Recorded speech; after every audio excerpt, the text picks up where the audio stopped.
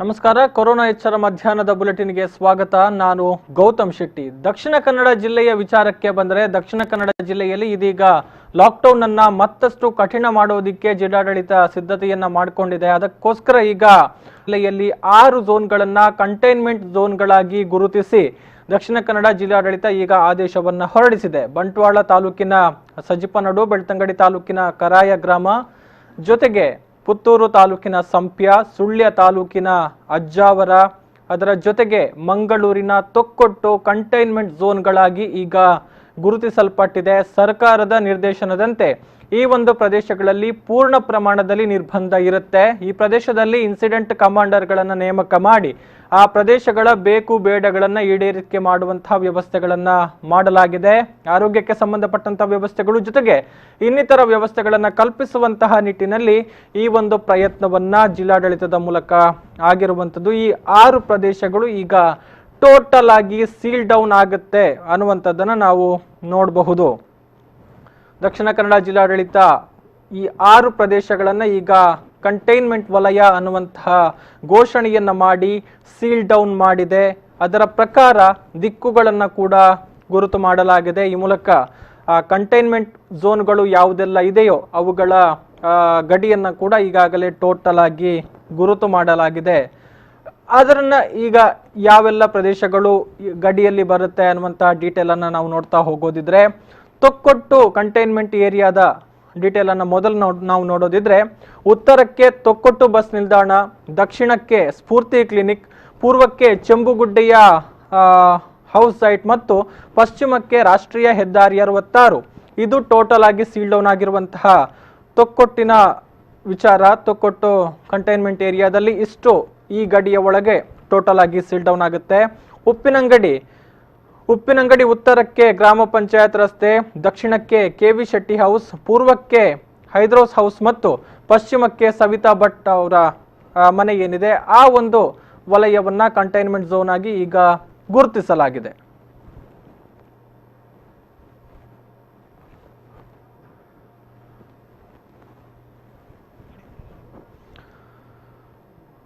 Corona ಸೋಂಕಿನ ಹೆಡೆಮುರಿ ಕಟ್ಟೋದಿಕ್ಕೆ ಮುಂದಾಗಿರುವಂತಹ ದಕ್ಷಿಣ ಕನ್ನಡ ಜಿಲ್ಲಾಡಳಿತ ಈಗ ತೊಕ್ಕೊಟ್ಟು, ಉಪ್ಪಿನಂಗಡಿ, ತುಂಬೆ, ಸುಳ್ಯದ ಅಜ್ಜಾವರ, ಜೊತೆಗೆ ಸಂಪ್ಯ ಮತ್ತು ಬೆಳ್ತಂಗಡಿಯ ಕರಾಯ ಗ್ರಾಮ ಮತ್ತು ಬಂಟ್ವಾಳದ ಸಜಿಪನಡುವಿನ ಸೀಮಿತ ಪ್ರದೇಶವನ್ನ ಈಗ ಕಂಟೈನ್ಮೆಂಟ್ ಝೋನ್ ಅನ್ನುವಂತಹ ಒಂದು ಘೋಷಣೆಯನ್ನ ಮಾಡಿ ಸೀಲ್ ಡೌನ್ಗೆ ಆದೇಶವನ್ನ ಕೊಟ್ಟಿರುವಂತದ್ದು. ಈ ಪ್ರದೇಶದಲ್ಲಿ ದಿನಸಿ, ಹಾಲು, ಮಾಂಸ, ಔಷಧ ಸೇರಿದಂತೆ ಎಲ್ಲ ಅಂಗಡಿಗಳು ಟೋಟಲ್ ಆಗಿ ಮುಚ್ಚಿರುತ್ತವೆ. ಯಾವುದೇ ಮೂಲ ಅಗತ್ಯಗಳಿಗೂ ಕೂಡ ಜನರು ಈ ಮನೆಯಿಂದ ಹೊರಗಡೆ ಬರುವ ಹಾಗಿಲ್ಲ. ಈ ಹಿನ್ನೆಲೆಯಲ್ಲಿ ಸೀಲ್ ಡೌನ್ ಪ್ರದೇಶದ ಘಟಕ ನಿಯಂತ್ರಕರ ಮೂಲಕ ನಿಯಂತ್ರಿತ ವಲಯದ ಒಳಗೆ ಅಗತ್ಯ ವಸ್ತು ಮತ್ತು ಸೇವೆಗಳನ್ನು ಒದಗಿಸುವಂತಹ ಒಂದು ತಂಡವನ್ನ ರಚಿಸಿ ನ್ಯಾಯಬೆಲೆ ಅಂಗಡಿಗಳಿಂದ ನೀಡಲಾಗುವಂತಹ ಪಡಿತರ ಕೂಡ ಒಳಗೊಂಡಂತೆ ಅವಶ್ಯಕ ವಸ್ತುಗಳನ್ನ ಒದಗಿಸಲಾಗುತ್ತೆ. ಅದನ್ನ ಹೊರತುಪಡಿಸಿ ಬೇರೆ ಯಾವುದೇ ರೀತಿಯಲ್ಲೂ ಕೂಡ ಅವಕಾಶಗಳಿಲ್ಲ ಜನರಿಗೆ ಮನೆಯಿಂದ ಹೊರಗಡೆ ಬರೋದಿಕ್ಕೆ. ಇದು ಅತ್ಯಂತ ಪ್ರಮುಖವಾದ ವಿಚಾರ. ಅನೇಕ ಕಡೆಗಳಲ್ಲಿ ಈಗ ಸೋಂಕಿತ ಪ್ರಕರಣಗಳು ಪತ್ತೆಯಾಗಿರುವಂತಹ ಕಡೆಗಳಲ್ಲಿ ಸೀಲ್ ಡೌನ್ ಆಗಿದೆ. ದಕ್ಷಿಣ ಕನ್ನಡ ಜಿಲ್ಲೆಯಲ್ಲಿ ಈವರೆಗೆ ಅದು ಜಾರಿಗೆ ಬಂದಿರಲಿಲ್ಲ. ಬೆಂಗಳೂರಿನ ಕೆಲವೊಂದು ಪ್ರದೇಶಗಳಲ್ಲಿ ಇದನ್ನ ಜಾರಿಗೆ ತರಲಾಗಿತ್ತು. ಇದೀಗ ದಕ್ಷಿಣ ಕನ್ನಡ ಜಿಲ್ಲೆಯಲ್ಲಿ ಸೋಂಕು ಪತ್ತೆಯಾಗಿರುವಂತಹ ಕಡೆಗಳಲ್ಲಿ ಈ ಒಂದು ಸೀಲ್ ಡೌನ್ ಆದೇಶ ಈಗ ಜಾರಿಗೆ ಬಂದಿದೆ. ಈಗ ಈ ಬಗ್ಗೆ ಹೆಚ್ಚಿನ ಮಾಹಿತಿ ಕೊಡ್ತಾರೆ ಪ್ರತಿನಿಧಿ ರಕ್ಷಿತ್ ರೈ. ಈಗ ನೇರ ಸಂಪರ್ಕದಲ್ಲಿದ್ದಾರೆ. ಹಲೋ ರಕ್ಷಿತ್.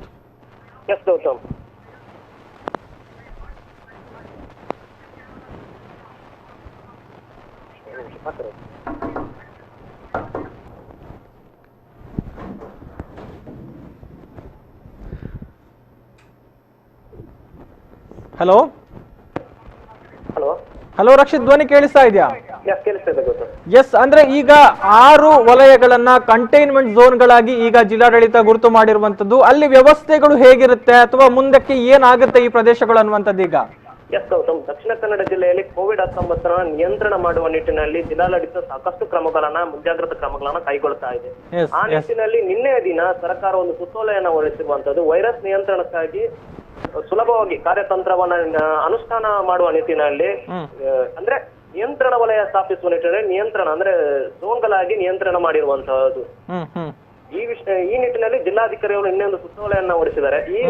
ಈ ಇದರಲ್ಲಿ ಅಂದ್ರೆ ದಕ್ಷಿಣ ಕನ್ನಡ ಜಿಲ್ಲೆಯ ಸಜಿಪ್ಪ, ಬೆಳ್ತಂಗಡಿ, ಪುತ್ತೂರು, ಸುಳ್ಯ, ಬಂಟ್ವಾಳ ಹಾಗೂ ತೊಕ್ಕೊಟ್ಟು ಈ ಪ್ರದೇಶಗಳಲ್ಲಿ ಕಂಟ್ರೋಲ್ ಝೋನ್ಗಳಾಗಿ ಮಾಡಲಾಗಿರುವಂತಹದ್ದು. ಪೇಷಂಟ್ ನಂಬರ್ 56 ಅಂದ್ರೆ ಸಜಿಪ್ಪ, ಬಂಟ್ವಾಳದವರು ಏನು ದಾಖಲಾಗಿದ್ರು ಕೊರೋನಾ, ಆ ಪ್ರದೇಶವನ್ನು ಕೂಡ ಕಂಟ್ರೋಲ್ ಝೋನ್ ಆಗಿ ರೂಪಿಸಿರುವಂತಹದ್ದು. ಇನ್ನೊಂದು ಪೇಷಂಟ್ ನಂಬರ್ 64 ಬೆಳ್ತಂಗಡಿ ಅವರು, ಪೇಷಂಟ್ ನಂಬರ್ 106 ಪುತ್ತೂರು ಸಂಪ್ಯದವರು, ಹಾಗೂ ಪೇಷಂಟ್ ನಂಬರ್ 97 ಸುಳ್ಯ ಮತ್ತು ಅಜ್ಜಾವರದ ಪೇಷಂಟ್, ಮತ್ತೆ ಪೇಷಂಟ್ ನಂಬರ್ 143 ಬಂಟ್ವಾಳ ತುಂಬೆಯವರು, ಪೇಷಂಟ್ ನಂಬರ್ 325 ಪುತ್ತೂರು ಉಪ್ಪಿನಂಗಡಿ ಅವರು, ಪೇಷಂಟ್ ನಂಬರ್ 144 ತೊಕ್ಕೋಟ್ ಮಂಗಳೂರಿನವರು. ಈ ರೀತಿಯಾಗಿ ಅಂದ್ರೆ ಪೇಷಂಟ್ಸ್ ಯಾರು ದಾಖಲಾಗಿದ್ರು ಅವರ ಪ್ರದೇಶವನ್ನ ಈಗ ಈ ನಿಯಂತ್ರಿತ ವಲಯ ಅಂತೇಳಿ ಗುರುತಿಸಿರುವಂತಹದ್ದು. ಓಕೆ, ಅಂದ್ರೆ ನಿಯಂತ್ರಿತ ವಲಯದಲ್ಲಿ ಜನರ ಚಟುವಟಿಕೆಗಳು ಹೇಗಿರುತ್ತೆ, ಜನರಿಗೆ ಹೊರಗಡೆ ಬರೋದಿಕ್ಕೆ ಅವಕಾಶಗಳಿಲ್ಲ ಅನ್ನುವಂತಹ ಮಾತುಗಳು. ಸೊ ಅಗತ್ಯ ವಸ್ತುಗಳ ಪೂರೈಕೆ, ಆಹಾರ, ದಿನಸಿ ಸಾಮಗ್ರಿಗಳಿರ್ಬೋದು ಅಥವಾ ಪಡಿತರವನ್ನ ತಲುಪಿಸುವಂತ ವ್ಯವಸ್ಥೆಗಳಿರ್ಬೋದು, ಇದೆಲ್ಲ ಹೇಗಾಗುತ್ತೆ ಅನ್ನುವಂಥದ್ದು. ಈಗ ನಗರ ವ್ಯಾಪ್ತಿಯಲ್ಲಿ ನಿಯಂತ್ರಿತ ವಲಯದಲ್ಲಿ ಸುತ್ತಲಿನ 5 ಕಿಲೋಮೀಟರ್ ವ್ಯಾಪ್ತಿಯನ್ನ ಪ್ರದೇಶವನ್ನ, ಗ್ರಾಮಾಂತರ ವ್ಯಾಪ್ತಿಯ ನಿಯಂತ್ರಿತ 7 ಕಿಲೋಮೀಟರ್ ವ್ಯಾಪ್ತಿಯನ್ನ ಬಂಪರ್ ಝೋನ್ ಅಂತ ಘೋಷಣೆ ಮಾಡಿರುವಂತದ್ದು. ಪ್ರತಿ ಮನೆಗೂ ಕೂಡ ತಪಾಸಣೆ ನಡೆಸುವ ಸಂಬಂಧ ಬಂಪರ್ ಝೋನ್ 1 ಕಿಲೋಮೀಟರ್ ವ್ಯಾಪ್ತಿಯ ಪ್ರದೇಶವನ್ನ ತೀವ್ರವಾಗಿ ಬಂಪರ್ ಝೋನ್ ಎಂದು ಘೋಷಿಸಲಾಗಿರುವಂತದ್ದು. ಈಗ ಘಟಕ ನಿಯಂತ್ರಕರು ಮತ್ತು ಅದಕ್ಕೆ ಸಂಬಂಧಪಟ್ಟಂತಹ ಸಂಪೂರ್ಣ ನಿವಾರಣೆಯನ್ನ ಮಾಡ್ತಾರೆ. ಅವರಿಗೆ ಜವಾಬ್ದಾರಿಯನ್ನ ಈಗಾಗಲೇ ಸರ್ಕಾರ ಕೊಟ್ಟಿರುವಂತಹದ್ದು. ಸರ್ಕಾರದ ನಿರ್ದೇಶನದ ಅನುಗುಣವಾಗಿ ಆ ವಲಯದಲ್ಲಿ ದಿನನಿತ್ಯದ ನಿರ್ವಹಣೆಯ ಹೊಣೆಗಾರಿಕೆ ಘಟಕ ನಿಯಂತ್ರಕರಾಗಿರ್ತದೆ. ಆ ಘಟಕ ಯಾರ ನಿಯಂತ್ರಣ ಮಾಡ್ತಾರೆ ಅವರದ್ದು ಆ ಜವಾಬ್ದಾರಿಯಾಗಿರ್ತದೆ. ಗೌತಮ್, ಸರ್ಕಾರದ ನಿರ್ದೇಶನದ ಅನುಗುಣವಾಗಿ ಅವರಿಗೆ ಏನೇನು ವ್ಯವಸ್ಥೆಗಳು ಬೇಕಾಗುತ್ತೆ ಅದನ್ನ ಅವ್ರು ಮಾಡ್ಬೇಕಾಗುತ್ತದೆ. ಮತ್ತೆ ಇದರಲ್ಲಿ ಒಂದು ನಕ್ಷೆಯನ್ನ ಕೊಟ್ಟಿರ್ತಾರೆ. ಆ ನಕ್ಷೆಗೆ ಅನುಗುಣವಾಗಿ ಆ ಗಡಿಯನ್ನ ಗುರುತಿಸ್ತಾರೆ. ಅದರ ಆ ಕಡೆ ಈ ಕಡೆ ಯಾವ ಪ್ರದೇಶ ಅಂತೇಳಿ ಆ ಗಡಿಯಲ್ಲಿ ಗುರುತಿಸಿರುವಂತಹದ್ದು. Okay okay, yes sir, thank you Rakshith ತಮ್ಮೆಲ್ಲ ಮಾಹಿತಿಗಾಗಿ.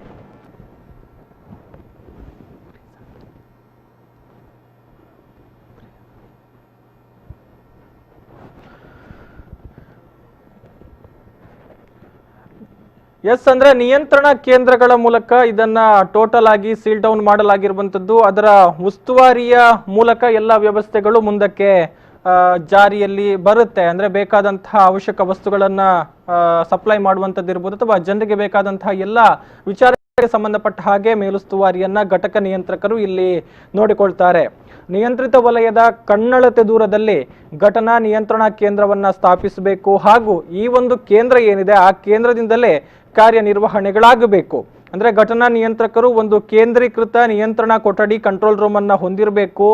ಈ ಕೊಠಡಿಗೆ ಪೊಲೀಸರು ಇರ್ಬೋದು, ಗ್ರಾಮ ಪಂಚಾಯತ್ ಹಾಗೂ ಆರೋಗ್ಯ ಇಲಾಖೆ ಪ್ರತಿನಿಧಿಯನ್ನ ನಿಯೋಜನೆ ಮಾಡಿಕೊಂಡು ಕರ್ತವ್ಯವನ್ನ ನಿರ್ವಹಣೆ ಮಾಡಬೇಕು. ಅಂದ್ರೆ ಎಲ್ಲರೂ ಕೂಡ ಒಂದು ಕೋಆರ್ಡಿನೇಷನ್ ಅಲ್ಲಿ ಇಲ್ಲಿ ಕೆಲಸವನ್ನ ಮಾಡಬೇಕಾಗುತ್ತೆ. ನಿಯಂತ್ರಿತ ವಲಯದಲ್ಲಿ ನಿಯಂತ್ರಣ ನಿಯಮವನ್ನ ಜಾರಿಗೆ ತರೋದಿಕ್ಕೆ ಸಂಚಾರಿ ತಂಡಗಳನ್ನ ನಿಯೋಜನೆ ಮಾಡಿಕೊಂಡು ಲಾಕ್ಡೌನ್ ನಿಯಮಗಳನ್ನ ಅನುಸರಿಸಿಕೊಂಡು ವಲಯದಲ್ಲಿ ವಾಸಿಸುವಂತಹ ಜನರ ವಿಶೇಷ ಅವಶ್ಯಕತೆಗಳನ್ನ ಸ್ಥಳೀಯ ಸಂಘ ಸಂಸ್ಥೆಗಳ ಸಹಕಾರದೊಂದಿಗೆ ಪೂರೈಸಬೇಕಾಗುತ್ತೆ. ಜನಸಂಚಾರ ಜೊತೆಗೆ ವಾಹನ ಸಂಚಾರ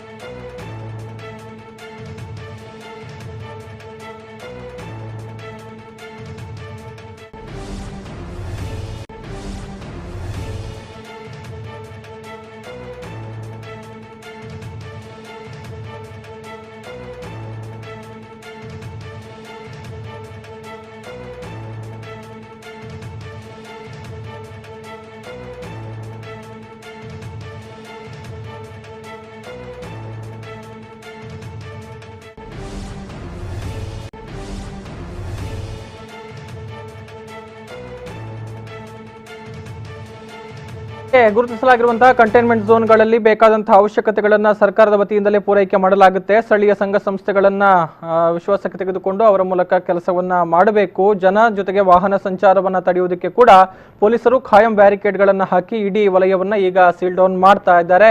ಈಗಾಗಲೇ ಆ ಪ್ರಕ್ರಿಯೆಗಳು ಕೂಡ ಆಗಿದೆ. ಇನ್ನು ಅಗತ್ಯ ಸೇವೆಗಳು ಮತ್ತು ವೈದ್ಯಕೀಯ ತುರ್ತು ಸಂದರ್ಭಗಳಲ್ಲಿ ಎಮರ್ಜೆನ್ಸಿ ಪಾಸ್ಗಳನ್ನ ವಿತರಿಸುವಂತಹ ಜವಾಬ್ದಾರಿ ಪೊಲೀಸ್ ಇಲಾಖೆಗೆ ಸಂಬಂಧಪಟ್ಟದ್ದು. ಸೀಲ್ ಡೌನ್ ಸಮರ್ಪಕವಾಗಿ ಅನುಷ್ಠಾನಕ್ಕೆ ತರೋದಿಕ್ಕೆ ತಂತ್ರಜ್ಞಾನದ ಒಂದು ಸಹಾಯವನ್ನು ಕೂಡ ಬಳಸಿಕೊಳ್ಬೇಕು. ತಾಲೂಕು ಆರೋಗ್ಯಾಧಿಕಾರಿಗಳು ವಲಯದಲ್ಲಿನ ಆರೋಗ್ಯ ಇಲಾಖೆ ಪಾಲಿಸಬೇಕಾದಂತಹ ಎಲ್ಲ ಕ್ರಮಗಳ ಉಸ್ತುವಾರಿಯನ್ನ ನೋಡ್ಕೊಳ್ಬೇಕಾಗತ್ತೆ. ವಲಯದಲ್ಲಿ ಒಂದು ಆರೋಗ್ಯ ಹೊರಟಾಣೆಯನ್ನ ಸ್ಥಾಪನೆ ಮಾಡಿ ಸಂಪರ್ಕಿತರನ್ನ ಪತ್ತೆ ಮಾಡಿ ಹೆಚ್ಚಿನ ಅಪಾಯದಲ್ಲಿರುವಂತಹ ಸಂಪರ್ಕಿತರನ್ನ ದಿಗ್ಬಂಧನಕ್ಕೆ ಒಳಪಡಿಸಬೇಕು. ಅಂದ್ರೆ ಅವರನ್ನ ಕ್ವಾರಂಟೈನ್ ಮಾಡಬೇಕಾಗತ್ತೆ. ಜೊತೆಗೆ ನಿಗದಿತ ಶಿಷ್ಟಾಚಾರದ ಪ್ರಕಾರ ವೈದ್ಯಕೀಯ ಪರೀಕ್ಷೆಗಳನ್ನ ಒಳಪಡಿಸಿ ಸಮುದಾಯ ಮಟ್ಟದಲ್ಲಿ ಸೋಂಕು ಹರಡದ ಹಾಗೆ ಮುನ್ನೆಚ್ಚರಿಕಾ ಕ್ರಮಗಳನ್ನ ತೆಗೆದುಕೊಳ್ಬೇಕಾಗತ್ತೆ. ಅಲ್ಲದೆ ಪ್ರತಿದಿನ 50 ಮನೆಗಳ ಆರೋಗ್ಯ ಸ್ಥಿತಿಗತಿಯ ಬಗ್ಗೆ ಮಾಹಿತಿಯನ್ನ ಪಡೆದು ಅವಶ್ಯಕತೆ ಇದ್ರೆ ಕಂಡು ಬಂದ್ರೆ ಅವರನ್ನ ಚಿಕಿತ್ಸೆಗೆ ಒಳಪಡಿಸೋದಕ್ಕೆ ಕೂಡ ಕ್ರಮವನ್ನ ತೆಗೆದುಕೊಳ್ಳಬೇಕು. ಇದಿಷ್ಟು ನಿಯಮಗಳನ್ನ ಈ ನಿಟ್ಟಿನಲ್ಲಿ ಈಗ ವಿಧಿಸಲಾಗಿದೆ ಅನ್ನುವಂಥದ್ದು. ನಗರ ಪ್ರದೇಶ ವ್ಯಾಪ್ತಿಯಲ್ಲಿ ಈಗಾಗಲೇ ಗುರುತಿಸಲಾಗಿರುವಂತಹ ಸ್ಥಳದಿಂದ ಸುತ್ತಲಿನ 5 ಕಿಲೋಮೀಟರ್ ದೂರದ ವ್ಯಾಪ್ತಿಯನ್ನು ಹಾಗೂ ಗ್ರಾಮೀಣ ಭಾಗದಲ್ಲಿ ಗುರುತಿಸಿರುವಂತಹ ಸ್ಥಳದಿಂದ ಸುತ್ತಲಿನ 7 ಕಿಲೋಮೀಟರ್ ಸರೌಂಡಿಂಗ್ ಅನ್ನ ಈಗ ಬಫರ್ ಝೋನ್ ಅಂತ ಘೋಷಣೆ ಮಾಡಲಾಗಿರುವಂಥದ್ದು. ನಿಗದಿತ ಪ್ರದೇಶದಲ್ಲಿ ಕೊರೋನಾ ಲಾಕ್ಡೌನ್ ನಿಯಮಗಳು ಈಗ ಮತ್ತಷ್ಟು ಕಠಿಣವಾಗಿ ಜಾರಿಗೆ ಬರ್ತಾ ಇದೆ ಅನ್ನುವಂಥದ್ದನ್ನ ನೋಡಬಹುದು. ಇನ್ನು ಕಂಟೈನ್ಮೆಂಟ್ ವಲಯದಡಿ ಬರುವಂತಹ ಸ್ಥಳಗಳ 1 ಕಿಲೋಮೀಟರ್ ವ್ಯಾಪ್ತಿ ಪ್ರದೇಶವನ್ನ ತೀವ್ರಗೊಳಿಸಿದಂತಹ ನಿಯಂತ್ರಣ ವಲಯದ ಸಂಪೂರ್ಣ ನಿರ್ವಹಣೆ ಹಾಗೂ ತೆಗೆದುಕೊಳ್ಳುವಂತಹ ತೀರ್ಮಾನಗಳ ಒಂದು ಜವಾಬ್ದಾರಿಯನ್ನ ಹೊಂದಿರ್ತಾರೆ. ಆ ನಿಟ್ಟಿನಲ್ಲಿ ಈಗ ದಕ್ಷಿಣ ಕನ್ನಡ ಜಿಲ್ಲೆಯ 6 ಪ್ರದೇಶಗಳು ಈಗ ಟೋಟಲ್ ಆಗಿ ಕಂಟೈನ್ಮೆಂಟ್ ಝೋನ್ಗಳಾಗಿ ಘೋಷಣೆಯಾಗಿರುವಂಥದ್ದು. ಆ ಮೂಲಕ ಅಲ್ಲಿನ ನಿಯಮಗಳು ಮತ್ತಷ್ಟು ಬಿಗಿಯಾಗಿದೆ ಅನ್ನುವಂಥದ್ದನ್ನು ನಾವು ನೋಡಬಹುದು.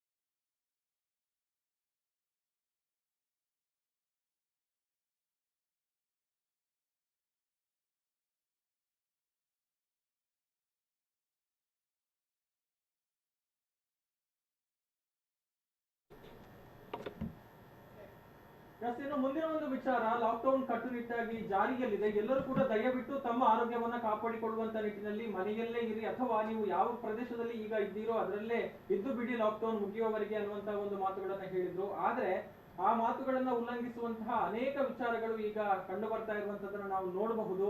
ಅದಕ್ಕೆ ಒಂದು ಪೂರಕ ವಿಚಾರ ಎನ್ನುವ ಹಾಗೆ ಪುತ್ತೂರಿನಿಂದ ಮೈಸೂರಿಗೆ ಹೋಗೋದಿಕ್ಕೆ ಹೊರಟಿದ್ದಂತಹ 7 ಮಂದಿ ಬಂಧಿಸಿದ್ದಾರೆ. ಅಂದ್ರೆ ಆಂಬ್ಯುಲೆನ್ಸ್ ಮೂಲಕ ಇವರು ಹೋಗೋದಿಕ್ಕೆ ಪ್ರಯತ್ನವನ್ನ ಮಾಡಿದ್ರು ಅನ್ನುವಂಥದ್ದನ್ನ ನಾವು ಗಮನಿಸಬಹುದು. ಅಕ್ರಮವಾಗಿ ಗಡಿ ದಾಟಲು ಪ್ರಯತ್ನಿಸಿದಂತಹ 7 ಮಂದಿಯನ್ನ ಈಗ ಪುತ್ತೂರು ನಗರ ಠಾಣೆ ಪೊಲೀಸರು ಬಂಧಿಸಿದ್ದಾರೆ. ಇವರ ಮೇಲೆ ಸುಮೋಟೋ ಅಂದ್ರೆ ಸ್ವಯಂ ಪ್ರೇರಿತ ಪ್ರಕರಣವನ್ನ ಈಗ ದಾಖಲು ಮಾಡಿಕೊಳ್ಳಲಾಗಿರುವಂಥದ್ದು.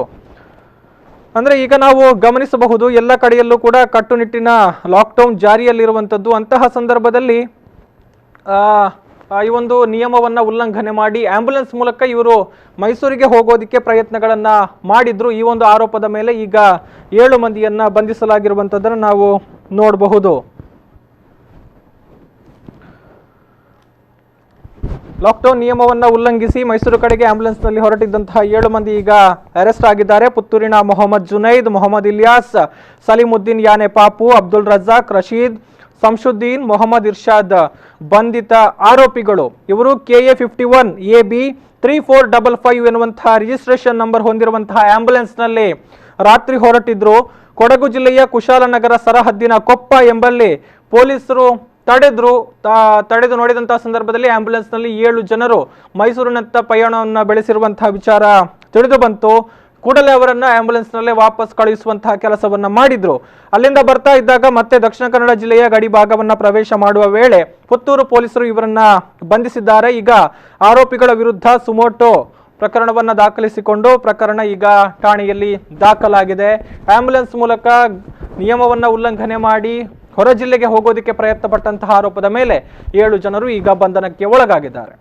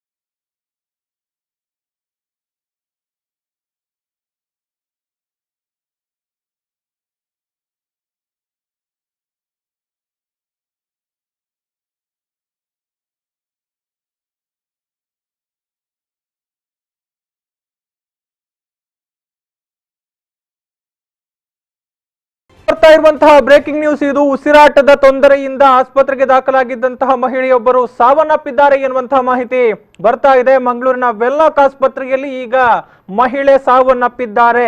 ದಕ್ಷಿಣ ಕನ್ನಡ ಜಿಲ್ಲೆ ಬಂಟ್ವಾಳ ಮೂಲದ 45 ವರ್ಷದ ಮಹಿಳೆ ಉಸಿರಾಟದ ತೊಂದರೆಯಿಂದಾಗಿ ಮಂಗಳೂರಿನ ಖಾಸಗಿ ಆಸ್ಪತ್ರೆಗೆ ಈಕೆಯನ್ನ ದಾಖಲು ಮಾಡಲಾಗಿತ್ತು. ಅಲ್ಲಿಂದ ಅಂದ್ರೆ ಕೆಲ ದಿನಗಳ ಹಿಂದೆ ಆಕೆ ಆಸ್ಪತ್ರೆಗೆ ದಾಖಲಾಗಿದ್ರು ಉಸಿರಾಟ ಸಂಬಂಧಿ ತೊಂದರೆಯಿಂದಾಗಿ. ಅಲ್ಲಿಂದ ನಿನ್ನೆ ವೆನ್ಲಾಕ್ ನಲ್ಲಿರುವಂತಹ ಕೋವಿಡ್-19 ಆಸ್ಪತ್ರೆ ಏನಿದೆ, ವೆನ್ಲಾಕ್ ನಲ್ಲಿರುವಂತಹ ಆಸ್ಪತ್ರೆ, ಅಲ್ಲಿಗೆ ಆಕೆಯನ್ನ ಶಿಫ್ಟ್ ಮಾಡಲಾಗಿತ್ತು. ಆಸ್ಪತ್ರೆಗೆ ಬಂದಂತಹ ಸಂದರ್ಭದಲ್ಲಿ ಆಕೆಯ ಗಂಟಲು ದ್ರವದ ಸ್ಯಾಂಪಲ್ ಅನ್ನ ಕಲೆಕ್ಟ್ ಮಾಡಿಕೊಂಡು ಲ್ಯಾಬ್ಗೆ ಕಳುಹಿಸಲಾಗಿತ್ತು. ಆದ್ರೆ ಇವತ್ತು ಬೆಳಗ್ಗೆ ತೀವ್ರ ಉಸಿರಾಟದ ತೊಂದರೆಯಿಂದ ಮಹಿಳೆ ಸಾವನ್ನಪ್ಪಿದ್ದಾರೆ. ಇದೀಗ ಸ್ಯಾಂಪಲ್ ಟೆಸ್ಟ್ ನ ರಿಪೋರ್ಟ್ ಬಂದ ಬಳಿಕ ಒಂದು ಮೃತದೇಹವನ್ನು ಹಸ್ತಾಂತರ ಮಾಡಲಾಗುತ್ತೆ ಎನ್ನುವಂತಹ ಮಾಹಿತಿಯನ್ನ ಈಗ ಆಸ್ಪತ್ರೆಯ ಅಧಿಕೃತ ಮೂಲಗಳು ಬಹಿರಂಗಪಡಿಸಿದೆ. ಇವತ್ತು ಬೆಳಗ್ಗೆ ತೀವ್ರ ಉಸಿರಾಟ ಸಂಬಂಧಿ ಸಮಸ್ಯೆ ಕಾಣಿಸಿಕೊಂಡಿತ್ತು. ಈ ಹಿನ್ನೆಲೆಯಲ್ಲಿ ಆಕೆಯನ್ನ ಅಂದ್ರೆ ನಿನ್ನೆ ಆಕೆಯನ್ನ ವೆನ್ಲಾಕ್ಗೆ ಶಿಫ್ಟ್ ಮಾಡಿದಂತ ಸಂದರ್ಭದಲ್ಲಿ ಥ್ರೋಟ್ ಸ್ವಾಬ್ ಅನ್ನ ಕಲೆಕ್ಟ್ ಮಾಡಿಕೊಂಡು ಲ್ಯಾಬ್ಗೆ ಕಳಿಸಲಾಗಿತ್ತು. ಈ ಮಧ್ಯೆ ಇವತ್ತು ಬೆಳಗ್ಗೆ ತೀವ್ರವಾಗಿ ಅನಾರೋಗ್ಯ ಕಾಣಿಸಿಕೊಂಡಂತಹ ಹಿನ್ನೆಲೆಯಲ್ಲಿ ಆಕೆ ಮೃತಪಟ್ಟಿರುವಂತದ್ದು. ಈಗ ರಿಪೋರ್ಟ್ಗಾಗಿ ವೆಯ್ಟ್ ಮಾಡಲಾಗ್ತಾ ಇದೆ. ರಿಪೋರ್ಟ್ ಪಾಸಿಟಿವ್ ಬರುತ್ತೋ ನೆಗೆಟಿವ್ ಬರುತ್ತೋ ಅನ್ನುವಂಥದ್ರ ಮೇಲೆ ಮೃತದೇಹದ ಹಸ್ತಾಂತರ ಪ್ರಕ್ರಿಯೆ ಡಿಪೆಂಡ್ ಆಗಿದೆ ಅನ್ನುವಂಥದ್ದನ್ನ ನಾವು ಇಲ್ಲಿ ನೋಡಬಹುದು.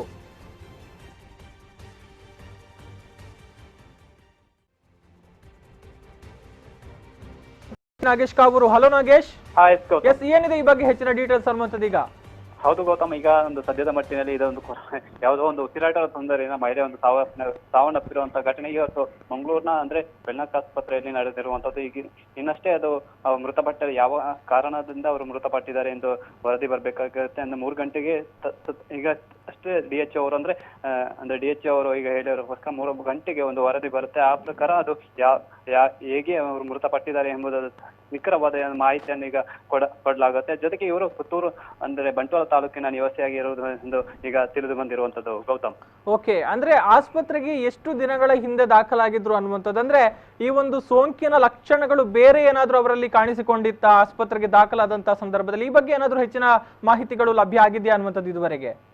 ಅಂದ್ರೆ ಅವರಿಗೆ ಯಾವುದೇ ರೀತಿಯ ಒಂದು ಉಸಿರಾಟ ಕೆಲವು ದಿನಗಳಿಂದ ಉಸಿರಾಟದ ತೊಂದರೆ ಇದೆ ಹಿನ್ನೆಲೆಯಲ್ಲಿ ಮಂಗಳೂರಿನ ವೆನ್ಲಾಕ್ ಆಸ್ಪತ್ರೆಯಲ್ಲಿ ದಾಖಲು ಮಾಡಲಾಗಿತ್ತು. 3 ದಿನಗಳ ಹಿಂದೆ ಅಷ್ಟೇ ಅವರನ್ನು ದಾಖಲು ಮಾಡಿ ಅವರಿಗೆ ಚಿಕಿತ್ಸೆಯನ್ನು ಕೂಡ ಕೊಡಲಾಗಿತ್ತು. ಅಂದ್ರೆ ಯಾವ ರೀತಿ ಚಿಕಿತ್ಸೆ ಕೊಡ್ಬೇಕು ಆ ರೀತಿಯಲ್ಲಿ ಅಂದ್ರೆ ವೈದ್ಯರು ಕೂಡ ಚಿಕಿತ್ಸೆಯನ್ನು ಕೊಡ್ತಿದ್ರು. ಆದ್ರೆ ಇವತ್ತು ಅಂದ್ರೆ ಮೃತಪಟ್ಟಿರುವಂತಹ ವರದಿ ಸದ್ಯದ ಮಟ್ಟಿನಲ್ಲಿ ದೊರಕಿರುವಂತದ್ದು ಅಂದ್ರೆ ಅವರ ವರದಿ ಬಂದ ಬಳಿಕ ಅವರು ಯಾವ ರೀತಿ ಅವರು ಮೃತಪಟ್ಟಿದ್ದಾರೆ ಅಂದ್ರೆ ಯಾವುದೇ ಸ್ಯಾಂಪಲ್ ಅನ್ನು ಈಗ ಥ್ರೋಟ್ ಎಂಬ ಸ್ಯಾಂಪಲ್ ಅನ್ನು ಈಗ ಅವರ ವರದಿ ಈಗ ಸದ್ಯದ ಬರ್ಬೇಕಾಗತ್ತೆ Gautham. Yes, thank you Nagesh ತಮ್ಮೆಲ್ಲ ಡೀಟೇಲ್ಸ್ಗಾಗಿ.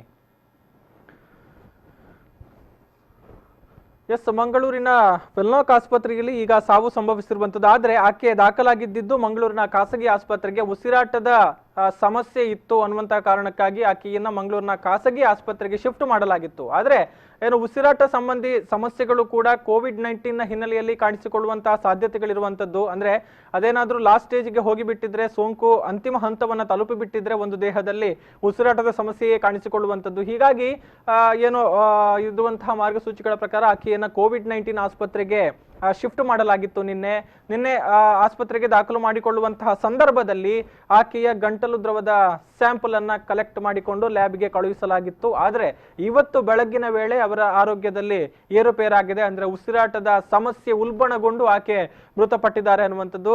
ಹೀಗಾಗಿ ಈಗ ರಿಪೋರ್ಟ್ಗಾಗಿ ಜಿಲ್ಲಾಡಳಿತ ಮತ್ತು ವೆನ್ಲಾಕ್ ಆಸ್ಪತ್ರೆಯ ಅಧೀಕ್ಷಕರು ಈಗ ವೆಯ್ಟ್ ಮಾಡ್ತಾ ಇದ್ದಾರೆ. ಆ ರಿಪೋರ್ಟ್ ನಲ್ಲಿ ಏನು ವಿಚಾರ ಉಲ್ಲೇಖ ಆಗಿದೆ ಅನ್ನುವಂಥದ್ರ ಮೇಲೆ ಈಗ ಮುಂದಿನ ಪ್ರಕ್ರಿಯೆಗಳು ಡಿಪೆಂಡ್ ಆಗಿರುವಂಥದ್ದು. ಅಂದ್ರೆ ರಿಪೋರ್ಟ್ ನೆಗೆಟಿವ್ ಅಂತ ಬಂದಂತ ಸಂದರ್ಭದಲ್ಲಿ ಮೃತದೇಹವನ್ನ ಮನೆಯವರಿಗೆ ಬಿಟ್ಟು ಕೊಡೋದಕ್ಕೆ ನಿರ್ಧಾರವನ್ನ ಮಾಡಲಾಗುತ್ತೆ. ಆದ್ರೆ ಅದೇನಾದ್ರೂ ಪಾಸಿಟಿವ್ ಆಗಿ ಬಂದು ಬಿಟ್ರೆ ಏನಾಗುತ್ತೆ ಅನ್ನುವಂಥದ್ದನ್ನ ಮುಂದಿನ ಹಂತಗಳಲ್ಲಿ ಆಲೋಚನೆ ಮಾಡಬೇಕಾಗುತ್ತೆ.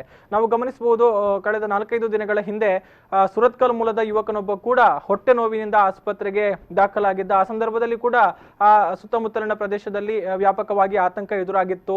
ಅಂದ್ರೆ ಇದೇ ಸಂದರ್ಭದಲ್ಲಿ ಸಾಕಷ್ಟು ವದಂತಿಗಳು, ಸುಳ್ಳು ಸುದ್ದಿಗಳು ಕೂಡ ಹರಡುತ್ತವೆ ಅನ್ನುವಂಥದ್ದನ್ನ ನಾವು ನೋಡಬಹುದು. ಅದೇ ರೀತಿ ಆ ಒಂದು ಯುವಕನ ಬಗ್ಗೆ ಕೂಡ ಅನೇಕ ಸುಳ್ಳು ಸುದ್ದಿಗಳು, ವದಂತಿಗಳು ಹರಡಿತ್ತು. ಆದ್ರೆ ರಿಪೋರ್ಟ್ ಬಂದಂತಹ ಸಂದರ್ಭದಲ್ಲಿ ಆತ ಮೃತ ಮೃತನಾಗೋದಿಕ್ಕೆ COVID-19 ಕಾರಣ ಅಲ್ಲ ಅನ್ನುವಂಥದ್ದು ದೃಢಪಟ್ಟಿದ್ದು. ಆ ಮೂಲಕ ಎಲ್ಲರೂ ಕೂಡ ಒಂದು ನೆಮ್ಮದಿಯ ನಿಟ್ಟುಸಿರನ್ನ ಬಿಟ್ಟಿದ್ರು. ಇದೀಗ ಅಂತಹುದೇ ಒಂದು ಪ್ರಕರಣ ಈಗ ಮತ್ತೊಂದು ನಡೆದಿದೆ.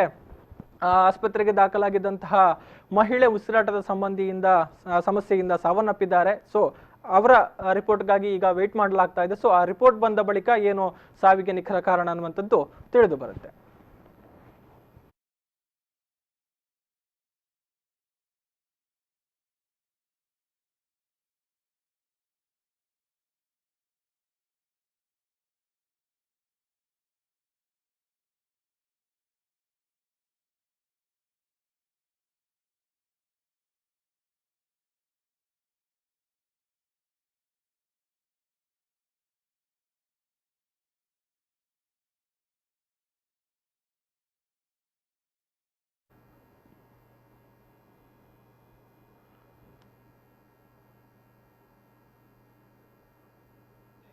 ರಾಜ್ಯದ ಎಲ್ಲೆಡೆ ಕಟ್ಟುನಿಟ್ಟಾಗಿ ಲಾಕ್ಡೌನ್ ಜಾರಿಯಲ್ಲಿದೆ. ಅಂತರ್ಜಿಲ್ಲಾ ಗಡಿಗಳಲ್ಲೂ ಕೂಡ ತಪಾಸಣೆ ಈಗ ಅತ್ಯಂತ ಬಿಗಿಯಾಗಿದೆ. ಆದರೆ ಚಿಕ್ಕಮಗಳೂರು ಜಿಲ್ಲಾಡಳಿತ ಎಷ್ಟು ಎಚ್ಚರಿಕೆಯನ್ನು ತೆಗೆದುಕೊಂಡಿದೆ ಅಂತ ಹೇಳಿದ್ರೆ, ಯಾವುದೇ ವಾಹನಗಳು ಕ್ಲೀನ್ ಆಗದೆ ಅಥವಾ ವಾಶ್ ಆಗದೆ ಜಿಲ್ಲೆಯ ಗಡಿಯೊಳಗೆ ಪ್ರವೇಶ ಮಾಡುವ ಹಾಗಿಲ್ಲ.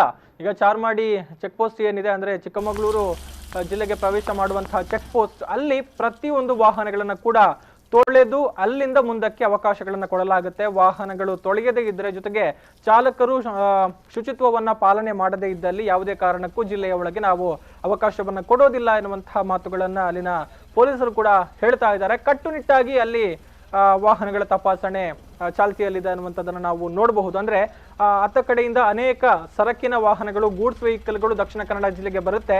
ಇಲ್ಲಿ ಮಾರ್ಕೆಟ್ ನಲ್ಲಿ ಅಥವಾ APMC ಯಾರ್ಡ್ ನಲ್ಲಿ ಅವುಗಳೆಲ್ಲವನ್ನು ಕೂಡ ಅನ್ಲೋಡ್ ಮಾಡಿಕೊಂಡು ಅಥವಾ ಬೇರೆ ಏನಾದ್ರೂ ಅತ್ತ ಕಡೆಗೆ ಹೋಗುವಂತಹ ಸರಕುಗಳಿದ್ರೆ ಅದನ್ನ ಹೇರಿಕೊಂಡು ವಾಪಸ್ ಆಯಾ ಜಿಲ್ಲೆಗಳಿಗೆ ಹೋಗುತ್ತೆ.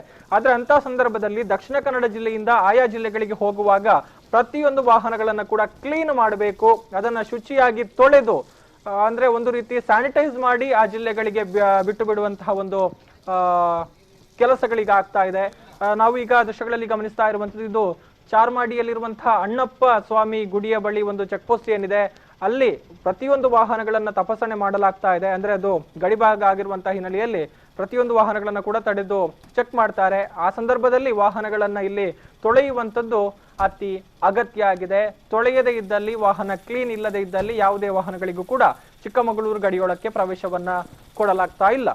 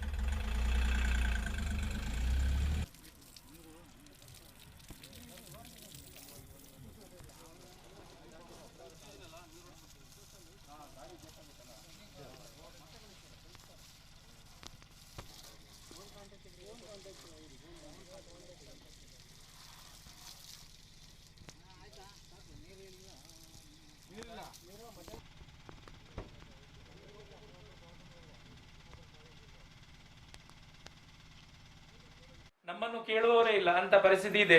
ಮತ್ತೆ ನಮಗೆ ಸಂಬಳ ಕೂಡ ಬಹಳ ಕಡಿಮೆ ಇದೆ ಅಂತ ಹೇಳಿದ್ರು. ನಾನು ಆ ದಿವಸನೇ ಆಲೋಚನೆ ಮಾಡಿಕೊಂಡೆ, ಇವ್ರಿಗೆ ಏನಾದರೂ ಮಾಡಿ ವ್ಯವಸ್ಥೆ ಮಾಡಬೇಕು.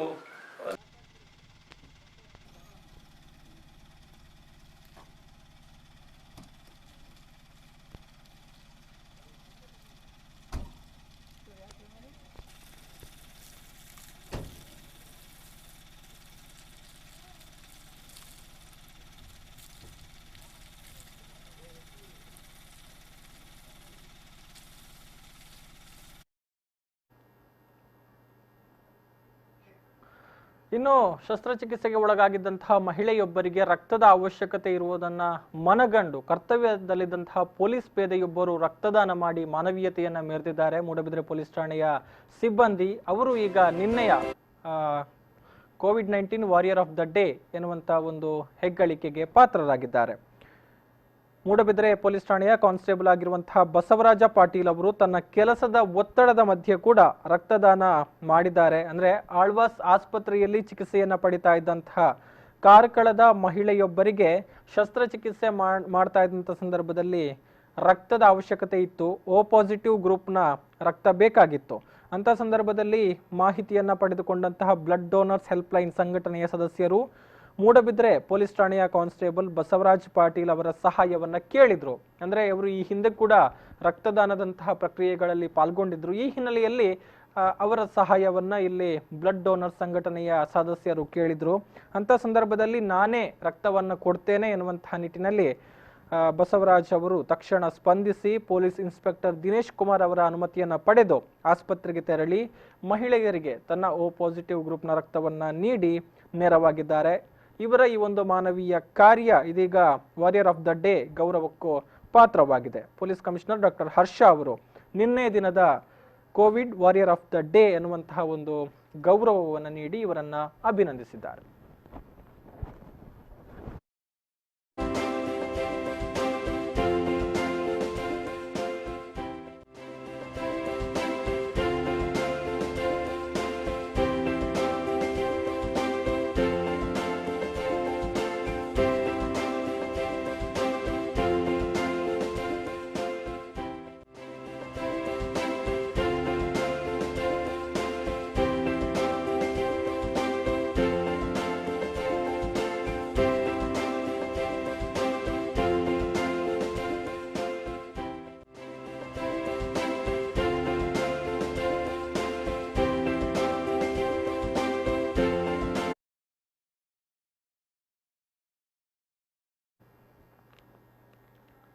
ಮಹಾಮಾರಿ ಕೊರೋನಾಗೆ ಬ್ರೇಕ್ ಹಾಕಬೇಕಿದ್ರೆ ಇರುವಂತಹ ಸುಲಭದ ಉಪಾಯ ಮತ್ತು ಅತಿ ಅಗತ್ಯ ಆಗಿರುವಂತಹ ವಿಚಾರ ಅಂತ ಹೇಳಿದ್ರೆ ಅದು ಸಾಮಾಜಿಕ ಅಂತರ.